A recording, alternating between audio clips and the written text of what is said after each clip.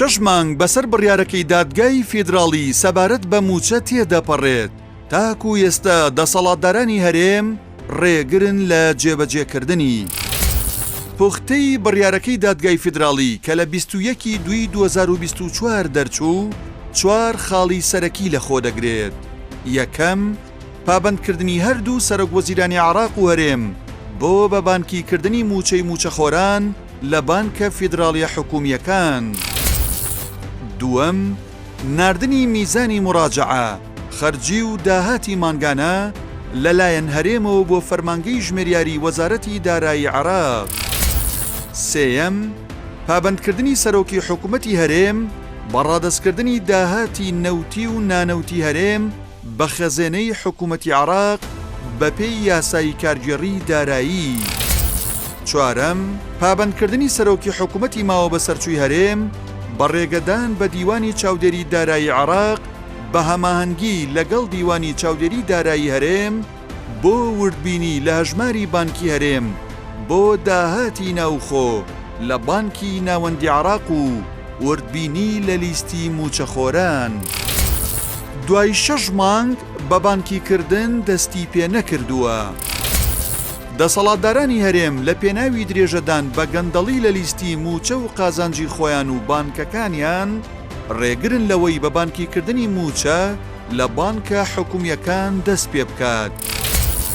ئەمە لە کاتێکدایە زۆرینەی موچەخۆران سیستەمی هەژماری منیان قوبوڵ نییە کە حکوومەتی ماوە بە سەرچووی هەرێم داکۆکی لێ دەکات.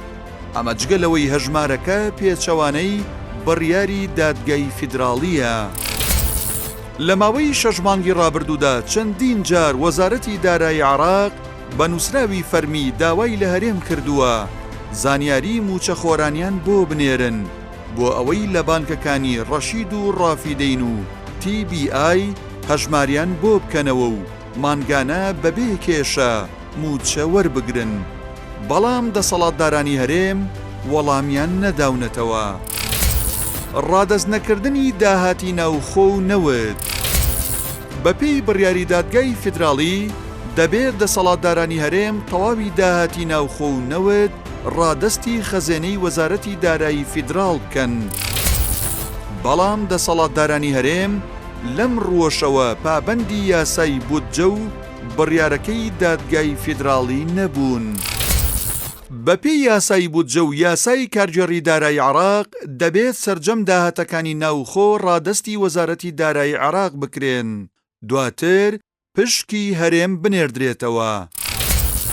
بە پشبەستن بە نووسراوەکانی وەزارەتی دارایی عێراق داهاتی ناوخۆی هەرێم مانگانە سەروی 400 ملیارد دینارە و لە 7 مانگی ڕابردوودا نزیکەی 2 تریلیۆن و 900 ملیارد دینار بووە. بەڵام وەزارەتی دارایی هەرێم تەنیا 230 ملیارد دیناری لە داهاتی ناوخۆ ڕادەست کردووە. لە کاتێکدا بەپێی یاسای کارگێڕی دارایی دەبێت تەواوی داهاتی ناوخۆ ڕادەست بکەن. سەبارەت بە داهاتی نەوتیش ئێستا دەسەڵاتدارانی هەرێم بە هاوبەشی لەگەڵ کۆمپانیاکان ڕۆژانە نزیکەی 400,000 بەرمیل نەوت دەفرۆشن. داهاتی مانگانەی نەوتی هەرێم زیاتر لە 500 ملیارد دینارە لە کاتێکدا 1 دیناری بۆ موچە و پرۆژەکان خەرج ناکرێت. لیستی موچە و خەرجی و داهاتی مانگانەی فەرمانگەکانی حکوومەت.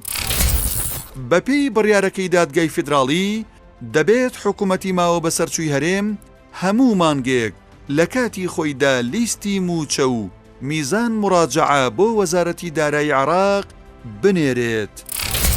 دوایی بڕیارەکەی دادگای فیدراڵی لە ماوەی 6 مانگی ڕابردوودا دەسەڵاتدارانی هەرێم هیچ مانگێک لە کاتی خۆیدا لیستی موچەیان ڕەوانەی بەغدا نەکردووە. جێبەجێکردنی بڕیارەکەی دادگای فیدراڵی لەلایەن حکوومەتی عێراقەوە. وەزارەتی دارایی عێراق پابەند بووە بە جێبەجێکردنی بڕیارەکەی دادگای فیدراڵی بەم شێوەیە. لە ماوەی 6 مانگی ڕابردوودا بڕی 4 تریلیۆن و 565 ملیارد دیناری بۆ موچە ناردووە. بە نووسراوی فەرمی داوای لە هەرێم کردووە هەموو دەیمانگێک لیستی موچە بنێرێت. بە نووسراوی فەرمی داوای کردووە بە بانکیکردن لە بانکە حکوومیەکان ڕەشید و ڕافیدەین و TBI دەست پێ بکات و زانیاری موچەخۆران بۆ بەغدا بنێردرێت. داوای ڕادستکردنی تەواوی داهاتی ناوخۆ و نەوتی لە هەرێم کردووە.